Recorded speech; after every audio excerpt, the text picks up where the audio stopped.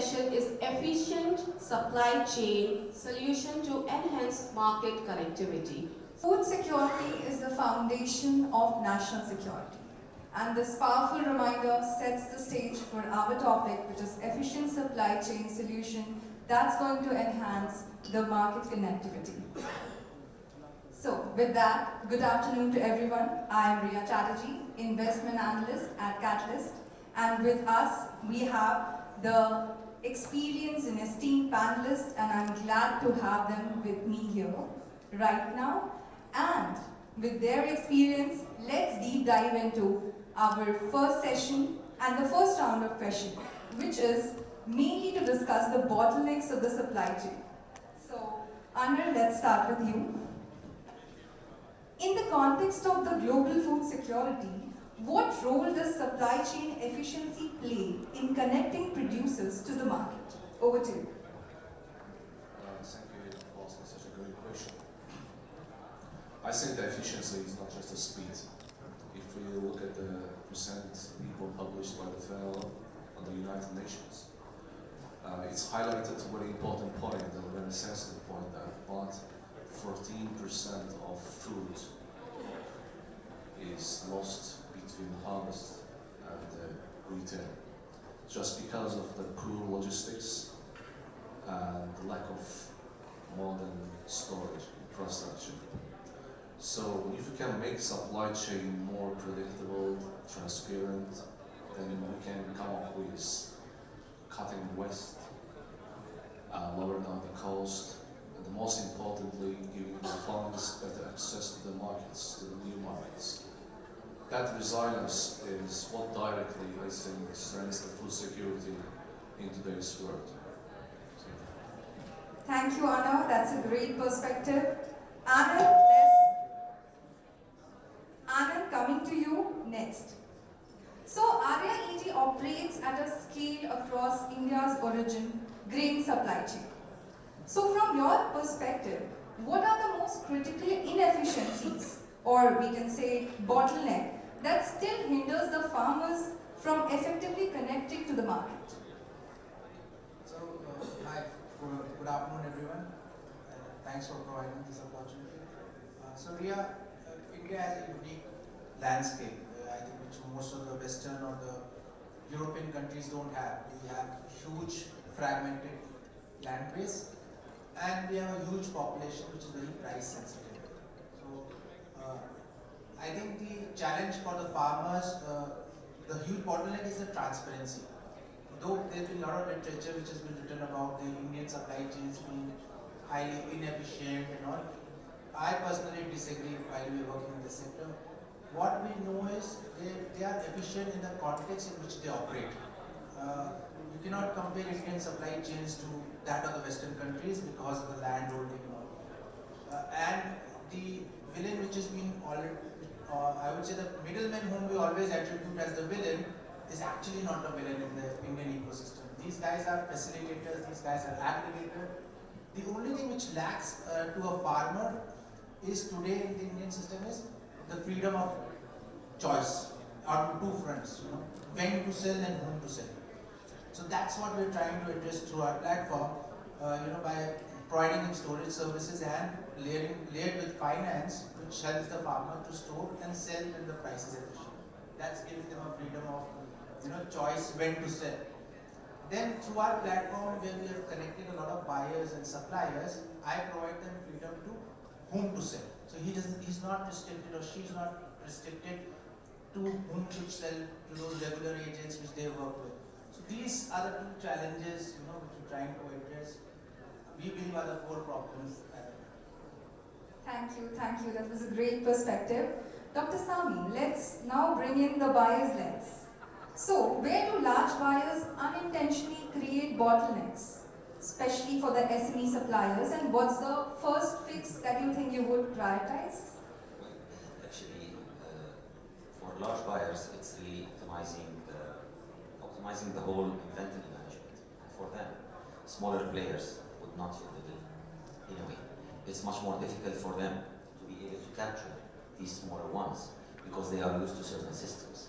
Now, the more transparent is the system and the more connected is the system, this is where we could get efficiencies across the way. As my colleague rightly said, there is at least 14%, if not more, lost until the product is there on the shelves.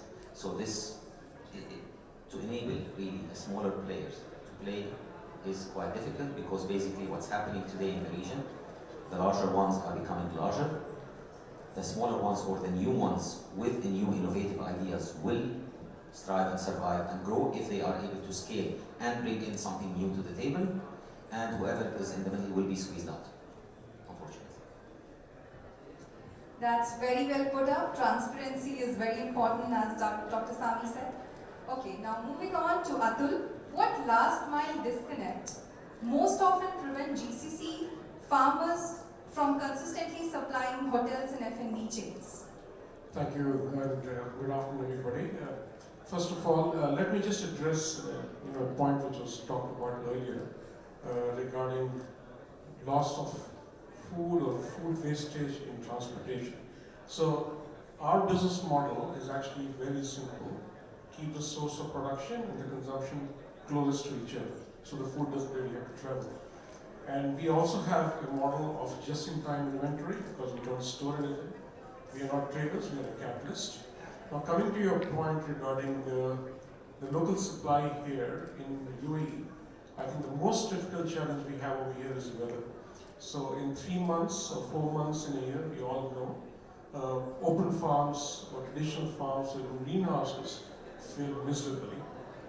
And that's what leads to lack of consistency to the buyers, especially the institutional buyers, because we only work with HoReCa. And we now work with about 400 farms and about 500 HoReCa partners. We're the leading catalyst over here. So I think what we have tried to do is to give the farmers data points of what is the demand coming, so they can plan their harvest accordingly. We share that with the HoReCa partners and try to match the two. Thank you so much. That was a very great insight. And so my next question will be to Anand.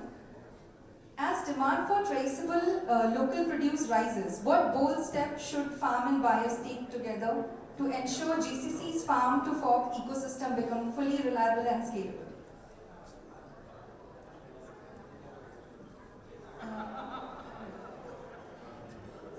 Okay, I'm extremely sorry, I just got confused.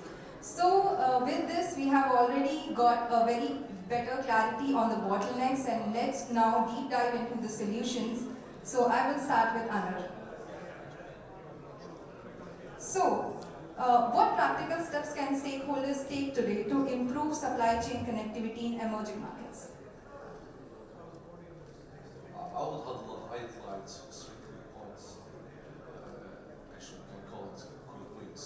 First of all is digitalization. Digitalization is important everywhere, almost everywhere. In food industry, in agriculture, in supply chain management.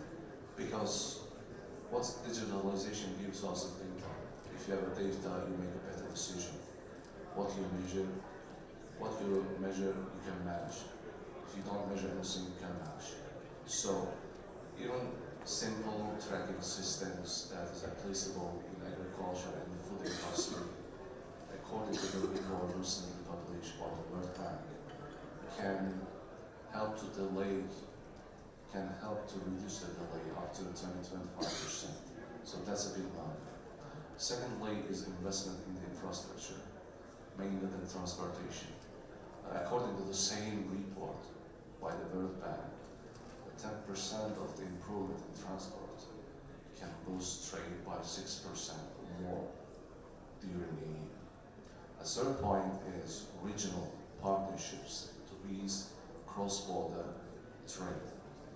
Those 3 steps, I guess, together can build up reliability, and reliability is foundation or cornerstone of trust in food supply that everyone knows, I guess, in this hall.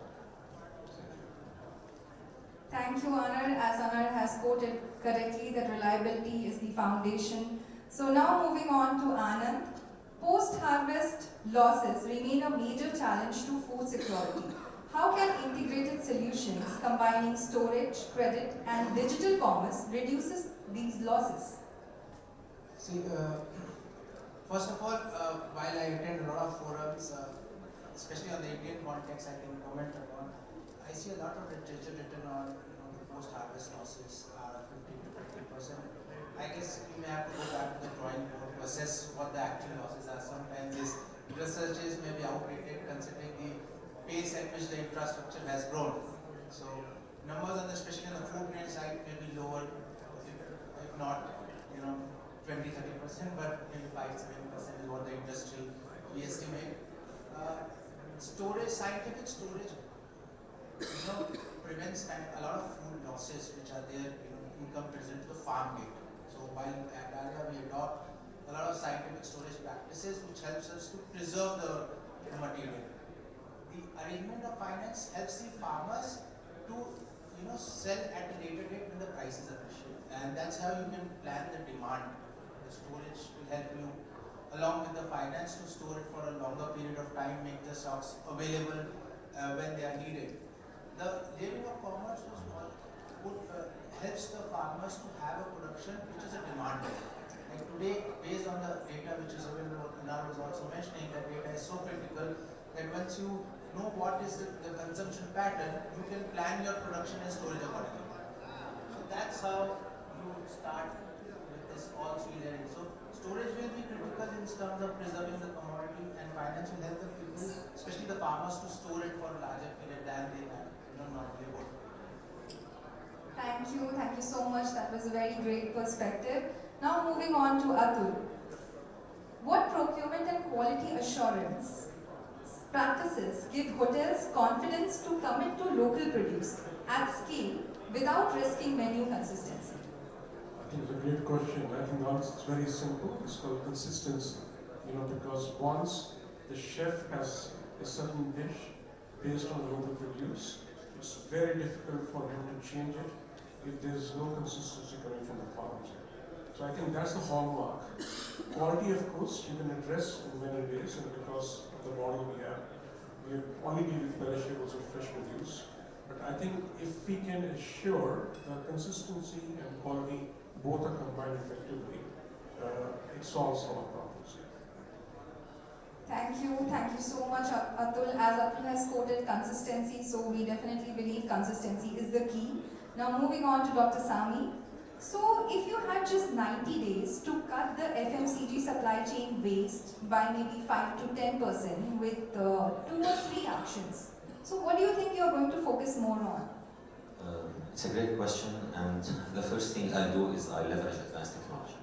Because without advanced technology, it's very difficult actually to even think of automating things from an AI perspective, from an IoT perspective, to enhance traceability and accountability. Number 2, I would enhance supplier collaboration. Basically, everyone wants to push the boundaries. Supplier wants to push more product. Purchaser wants to purchase the least possible on it. But then again, there needs to be a complete transparency within this cycle. Everyone is looking at financial gains eventually. However, when all the cycle works together, the financial gain will be significantly better, because this allows whatever products that are needed at certain period, in certain times, delivered at the right price, in the right place, to take place. In today's world, everyone is pushing towards a win-loss, or at least a win for themselves, no matter what the consequences are for the other partner. And unless and until they are treated as equal partners that really supports each other, it's going to be very difficult and very challenging if it is a one-minded set of a win game. So I think enhancing advanced technology is a critical arm, and enhance the collaboration and the partnership across the supply chain is a key 2 things that I would leverage on: technology and collaboration. Thank you, Dr. Sami. So as very well said by Dr. Sami, it's technology and collaboration. So with that, our round 2, where we have already discussed the solution, So now we know the pain points and we know the solution. So let's now deep dive into the third and the last round of the question, which is about the future outlook. So let's start with Anand. So how can public-private partnership accelerate the development of more resilient food supply chain? I think the public and private partnership, especially with food security, is inevitable, and powerful partnership between the government and businesses can play a very important and inevitable role to secure food for the nation. And I think the government from its side put together all the policy frameworks and reduce now the investment burdens, while businesses bringing innovation and efficiency into the food security. I will highlight a very short example from Azerbaijan, where I'm coming from. The government, the last 15 years, effectively subsidizing modern cold chain facilities of 40% of the whole investment capacity. So if you are, for example, investor would like to build up modern cold chain facility, government will come up and cover 40% of the whole cost of this investment. So what we get as a result? As a result, during the times when the farmers lost around 25 to 40% of the fresh fruit and vegetables during the harvest, which delivering this harvest to the final destination markets, especially the export markets. So nowadays, this 25 to 40% decreased by at least 30–50%. So that's a big achievement. It shows that when the government and public, government and the businesses come together, sharing the risk and perspectives, it comes up with such fruitful results. Thank you, Anand. That was a great perspective. Now moving on to Anand. So looking ahead, what role will technology and data-driven platforms play in creating a more resilient and transparent agri-supply chain? Over to you. I think the data-driven approach and tech will always play a very critical role because see the supply chains, as I mentioned, especially in the Indian context, are so fragmented that if you want to make it more efficient, transparency is the need of the hour. Transparency cannot come without the usage of tech. The challenge for tech which will remain to be adopted in the Indian context is how can I make tech affordable for the small marginal farmers to pay for it?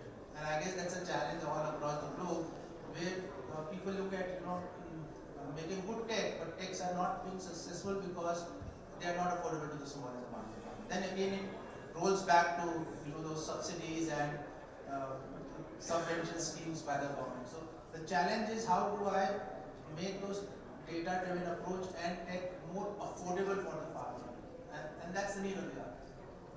Very well said, Anand. So it's the tech that should be affordable to the farmers, and that's the key. So moving on to Dr. Sami. Looking at the next 3 to 5 years, which single digital process or innovation that is going to have the biggest potential to transform the FMCG supply chain? And what changes would you like to prioritize on that? To start with, I think to integrate end-to-end visibility is key. Once this is integrated from the supply up to the end user, this is a key. Of course, collaboration between government and private sector is a key because it plays a major role. And as we can see here in UAE, the government initiatives are leading the way when it comes to these initiatives. This is on one angle. On a separate angle, I think we need to automate repetitive processes.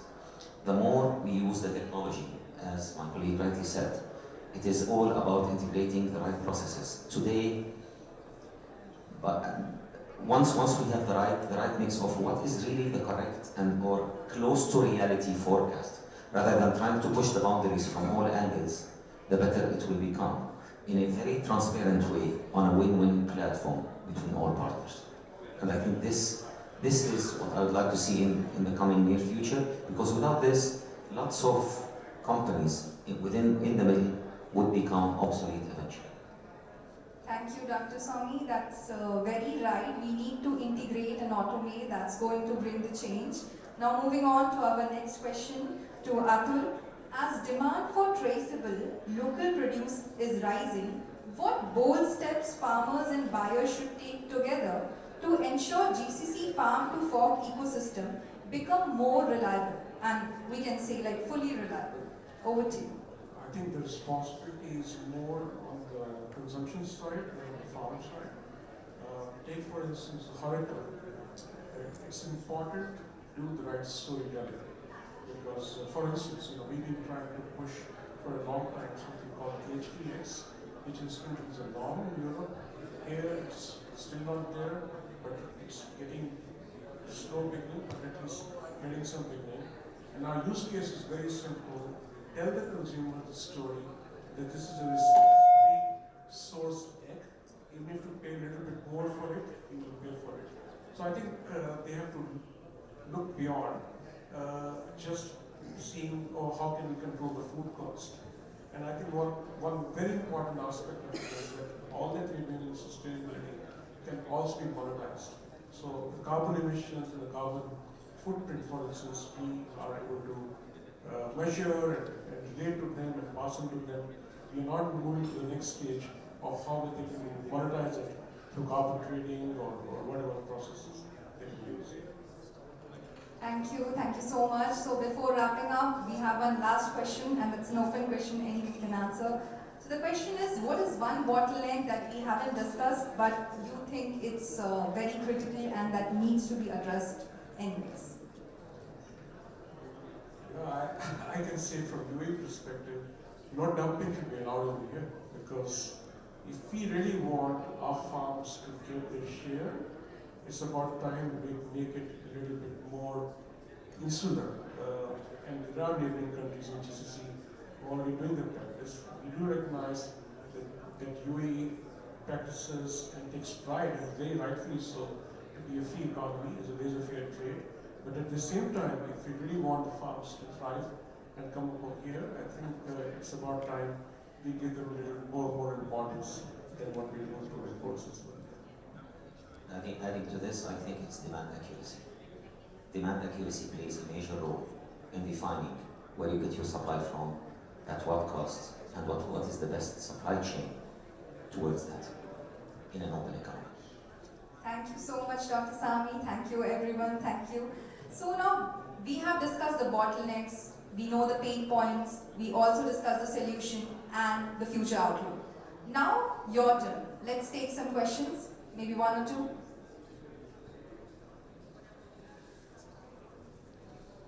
Thank you very much.